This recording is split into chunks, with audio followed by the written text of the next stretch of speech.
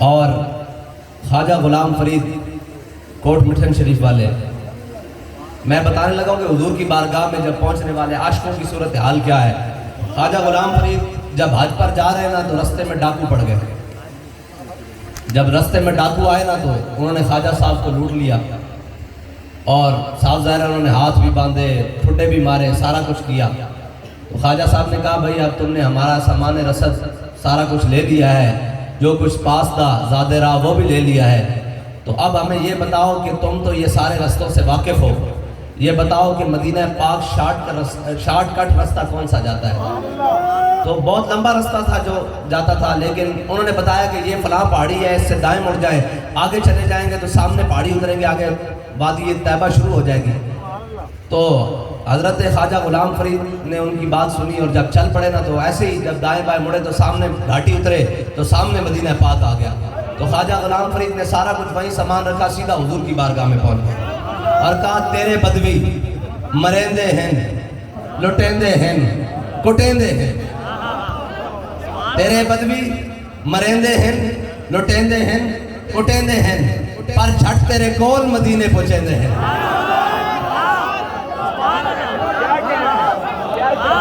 ہاں تو عاشق جو ہے نا، عاشق یہ ہر بات میں لذت لیتے ہیں جی۔ اس کی لذت لینے کا یہ مثال ہے کہ جب امیر المجاہدین کو اتارا گیا نا سیڑھیوں سے تو گھسیٹ کر لے کے جا رہے ہیں، تو وہ پریشان آگے پیچھے جناب بچو ہٹو، تو بابا جی مسکرا رہے ہیں۔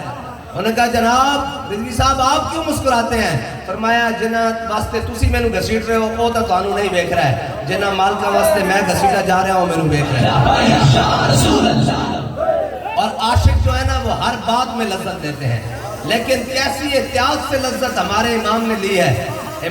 جب ہمارے امام پہنچے نا حضور کی جالیوں کے سامنے اور سامنے نظر پڑی جی، تو پھر کہنے لگے پیش نظر وہ نو بہار۔ یہ ہے عاشقوں کی لذت لینے کا مزہ، گل بھی پوری کر دیتی، اپنا اندر بھی کھول دیتا، لیکن گل جائیں بائیں تھڑکن نہیں دیتی۔ اے ہے عاشقوں کی مثال، گل بھی پوری کر دیتی، سمجھن والے سمجھ دین کی کیا، لیکن تھڑکن بھی نہیں دیتا۔ ہاں جی بھریا اس کا جانیے جس کا توڑ چڑھیا۔ ہاں جی اعلیٰ حضرت دیکھی کیا اے ہے عاشق لذت لین دیتے، تو پوری گل آئی نا سامنے کیا پیش نظر وہ نو بہار، اور دل ہے سجدے کو بے قرار، اپنی بے قراری دس دیتی۔ بھئی میں کتنے پہنچا کھڑے، بھئی احمد رضا کیڑے مقام سے پہنچا کھڑے، کیا پیش نظر وہ نو بہار، سجدے کو دل ہے روکیے، سر کو روکیے، ہاں یہی تو امتحان ہے۔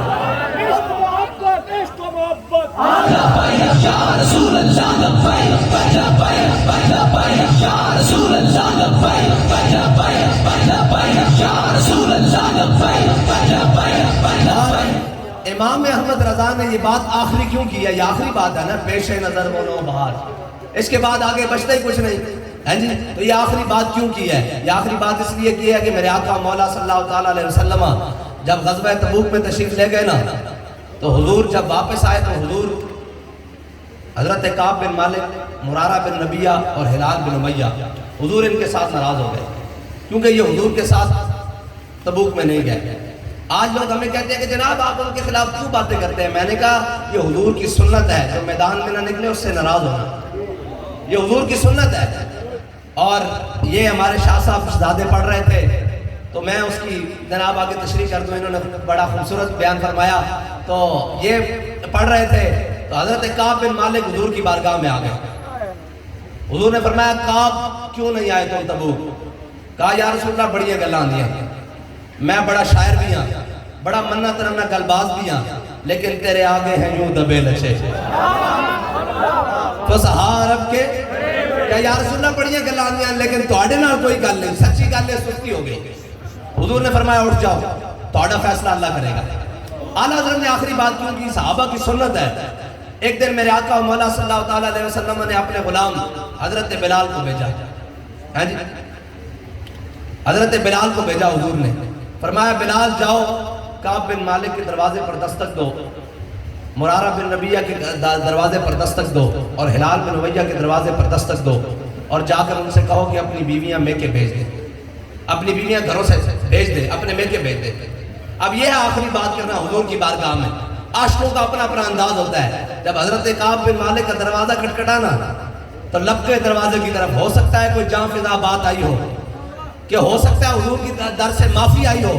جب دیکھا تو بلال کھڑے اور خوش ہوئے اور کہا, حضرت بلال نے کہا حضور فرماتے ہیں اپنی بیویاں میکے بھیج دو. تو حضور کی یہ بات سن کر پریشان نہیں ہوئے اور خوش ہوئے. کہا بلال پوچھ کر آؤ حضور سے کہ طلاقیں دے کے بھیجنی ہے یا ویسے ہی بھیجنی ہے. نہ اس دھرتی پیدا کیتا ہے نہ جان نہ سارا مرگا. یہ ہے حضور کی بارگاہ میں آخری بات کر دینے. کیا مالکاں کو پوچھو یہ رکھیے توڑے نہ دے ہوئی تسی دسو انہوں نے ہونے بھیجنا یا ایویں بھیجنا یا طلاقہ دے کے بھیجنا. حضرت بلال دوڑے حضور کی بارگاہ میں, کیا یا رسول اللہ کعب عرض کر دیں کہ طلاقہ دے کے بھیجنا یا ایویں. حضور نے فرمایا نہیں ویسے ہی بھیجنی ہے, ویسے طلاقہ دے کے نہیں بھیجنی ہے. ہاں اے حضور کی بارگاہ میں آخری گل کر دینا. اعلیٰ حضرت بھی تاں کیا پیش نظر وہ نو بہار, ہاں بے قرار اور روکیے سر کو روکیے. ہاں تو یہی تو امتحان ہے. اے ہے امام احمد رضا دی شان. اور امام احمد رضا جدو آج کرن گئے نا اور امام صاحب نے دولت المکیہ لکھی 8 گھنٹے لکھی, اجمی عالم ہوئے اور سارا کتب خانہ بھی جناب بریلیج پیا ہوئے. ہاں جی سارا کتب خانہ بھی بریلیج پیا ہوئے اور جناب او کمن دلائل جو اعلیٰ حضرت فرماندے نے میں وضو کیتا بلکہ میں غسل کیتا پھر میں خوشبو لگائی بخار دی حالت ہے. کہنے پھر میں وضو کیتا پھر میں حرم میں مکہ چاہ گیا. کہنے میں سامنے کعبے کے دروازے کے سامنے بیٹھ گیا. کہنے میں قلم اٹھایا. کہنے جدو میں نگاہ اٹھائی نہ کہ حضور کعبے کے دروازے کے سامنے جلوہ گیا. کہنے حضور تے دائیں جانب مولا کائنات جلوہ کر رہا اور کہنے بائیں جانب حضرت غوث اعظم جلوہ کر رہا. اعلیٰ حضرت کو کس نے پوچھا تو کتاب لکھی کس طرح؟ انہیں کیا حضور فرماندے رہے کدی حضور فرما کے مولا کائنات کی طرف دیکھ کے مسکران دے کہنے میں درج کر لیندہ, کدی حضور فرما کے حضرت غوث اعظم کی طرف دیکھ کے مسکران دے تے میں درج کر لیندہ. کہنا حضرت امام احمد رضا فرماندے حضور فرماندے رہے میں کتاب لکھتا رہا پوری کتاب پڑھ کے.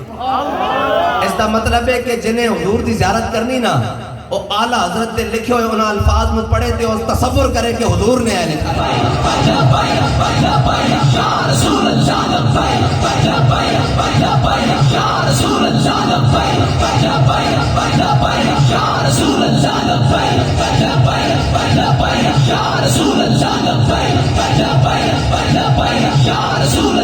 کیونکہ اس قلم دے اندر جڑا کرتاس اتریا وہ اعلیٰ حضرت نے اتاریا اور اعلیٰ حضرت کی آنکھ جو دیکھ رہی تو پھر اعلیٰ حضرت دیکھیں کس کو دیکھا یہ موسیٰ سے پوچھے کوئی. بس جس نے دیکھنا وہ دیکھے ان الفاظ ہوتے کہ حضور بیان فرما رہے ہیں اور اعلیٰ حضرت لکھ رہے ہیں.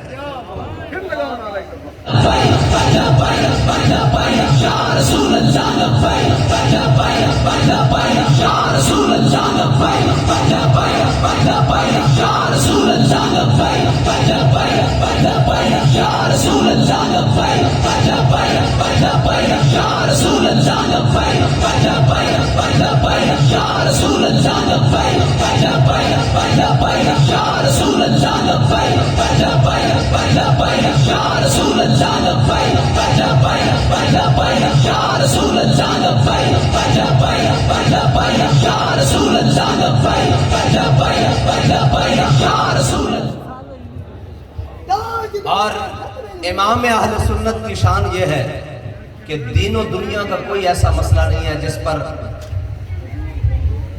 امام احمد رضا کے قلم میں جنبش نصیب ہو. یہ امام صاحب کی شان ہے, یہ امام احمد رضا کی شان ہے کہ کوئی ایسا مسئلہ نہیں ہے جس پر امام احمد رضا کی قلم نے جنبش نصیب ہو. لیکن امام صاحب نے سارے دامن تھام کے رکھے شریعت کا, طریقت کا, حقیقت کا. لیکن جب حضور کی بات آئی نا تو امام احمد رضا اپنے آپ سے باہر ہو گئے اور جا کر حضور کے بارگاہ میں اپنے آپ کو پھینک دیا اور کہا وہ سوئے لال ازار پھرتے ہیں تیرے دن اے بہار پھرتے ہیں. یہاں ہمارے نعت خان پڑھتے ہیں ادب کا تقاضا کرتے ہوئے کہ کوئی کیوں پوچھے تیری بات رضا تجھ سے شہدہ ہزار پھرتے ہیں. میں یہاں تصحیح کرتا جاؤں کہ یاد رکھنا مول مالکہ دی بارگاہ چوں سے لفظ دا پیا اس دی مثال ہے کہ امیر المجاہدین عالم بھی ہیں، فاضل بھی ہیں، شیخ بھی ہیں، حقیقت نال واقف، شریعت نال واقف، ساریاں گلاں، حافظ الحدیث، حافظ قرآن، حافظ اقبال، حافظ اعلیٰ حضرت، حافظ قصیدہ پترا، حافظ قصیدہ بانت سواد، سارا کچھ حفظ ہے جی. اور سارا کچھ پڑھن تو بعد جدو امیر المجاہدین نے سارا کچھ سمیٹیا نا اور اپنے امام دی طرف دیکھیا کہ امام کی کہندا، کوئی کیوں پوچھے تیری بات اے رضا، تجھ سے کتے ہزار پھرتے ہیں. تے بابا جی نے فرمایا ہے بارگاہ رسالت ہے ساڑھا امام کتے کھڑیا، عشق و محبت دا امام. تے فرمایا میں کتا پاک رسول اللہ دا. تے سارا علم اپنی جگہ، تعلیم اپنی جگہ، ساری خدمات اپنی جگہ، حضور دی بارگاہ لفظ اے ہی قبول ہوئی.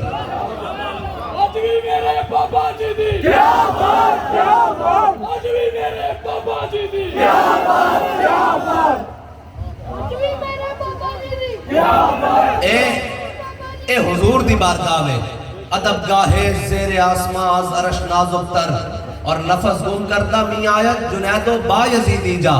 لیکن بابا جی کہتے سن ابو بکر و عمر ہی جا. اے تضمین کی تھی پھر بابا جی نے فرمایا جدو یہ آیت نازل ہوئی نا یا ایھا الذین آمنوا لا ترفعوا اصواتکم فوق صوت النبی، ہیں جی اے جدو آیت نازل ہوئی تو فرمایا حضرت جناب سیدنا صدیق اکبر اصدق الصادقین افضل الخلق بعد الانبیاء، ہیں جی آپ کہتے ہیں حضور نے اس طرح کلام فرمان دے جس طرح کنہ میں سرگوشیاں کی دیا جاتی ہیں. اس طرح حضرت جناب سیدنا صدیق اکبر ثانی اثنین اذ ہما، ہیں جی فی الغار. اے حضرت جناب سیدنا صدیق اکبر نشان ہے لیکن حضور دی بارگاہ وچ اس طرح بیان فرمان دے. اور ترجمان نبی ہم زبان نبی حضرت فاروق اعظم، ہیں جی ہر چیز بھی بلند، مقام بھی بلند، قد بھی بلند، علم بھی بلند، حکمت بھی بلند، قبا بھی بلند، ہیں جی ہر چیز بھی بلند، جلال بھی بلند حضرت فاروق اعظم اور آواز بھی بلند. لیکن کہنے حضرت فاروق اعظم حضور دی بارگاہ وچ اس طرح عرض کرتے کہ حضور فرماندے عمر کی کہنا ذرا اچھی آواز نال بول، اتنی دھیمی آواز نال اے حضور دی بارگاہ. اس واسطے اتنے پہنچن واسطے جدو اعلیٰ حضرت پہنچے نا حضور دی بارگاہ تک تے دیکھیا کہ حضور دا مقام کتنا بلند ہے. تے پھر اعلیٰ حضرت تھلے آیا، حضور غوث پاک دی بارگاہ چاہ گئے، کہنے لگے تجھ سے در سے سگ اور سگ سے ہے مجھ کو نسبت، ہیں جی جدو اس مقام تے آئے نا دیکھیا نہیں امام احمد رضا ہے بڑی بڑی بارگاہ ہے، اٹھے تا انبیاء سے کروں عرض کیوں مالکو، کیا نبی ہے تمہارا ہمارا نبی، ہیں جی اے حضور دی شان ہے. اور میرے آقا و مولا صلی اللہ علیہ وسلم میں نال اسلام جڑے پیدا کردہ نا، ہیں جی اسلام ہجوم دا قائل نہیں، اسلام جڑے دا قائل ہے. جی ایک جڑا پوری برے صغیر وچ بلکہ پوری دنیا وچ امام محمد رضا نے ایسا گستاخ مار سپرے کیتا جتھوں کوئی جمدہ اتھے رزقی ہڈی رکھن واسطے پہنچ جاتا. یا رسول اللہ لبیک لبیک لبیک یا رسول اللہ لبیک لبیک لبیک یا رسول اللہ لبیک لبیک لبیک یا رسول اللہ لبیک. اور امام احمد رضا نے ایسا ناسبیت کچھ سپرے کیتا، ایسا رافضیت کچھ سپرے کیتا، ایک قیامت تک اپنے زخم چڑھتے رہن گے لیکن انہاں دی مجال نہیں کہ سامنے آ سکن، ہیں جی اے جناب ایسا امام احمد رضا نے بنیا. آل سنت کا ہے بیڑا پار، اصحاب حضور نجم ہیں اور ناؤ ہے عطرت رسول اللہ. اور فرمایا لحاظ میں عشق رخ شاہ کا داغ لے کے چلے، اندھیری رات سنی تھی اور جنا بنے گی محبان چار یار کی قبر جو اپنے سینے میں. اس دا مطلب پتہ کیے اے ڈاکٹر بیٹھے ہونے تھے اطباء اور جناب میرے طبیب سجن جناب طبیب السجن حضرت جناب پیر صاحب شاہ صاحب تے اعلیٰ حضرت نے فرمایا جو اپنے سینے میں یہ چار باغ لے کے چلے. اے طبیب بھی جان دیں ڈاکٹر بھی جان دیں بھی سینے دے چار وال ہیں تے ایک وال میں ابو بکر دھڑک رہا ہوا. یہ اعلیٰ حضرت نے فرمایا جو اپنے سینے میں یہ چار باغ لے کے چلے. ایک سینے ایک بال میں ابو بکر دھڑکتے ہوں، دوسرے میں روانی ہو عمر کی.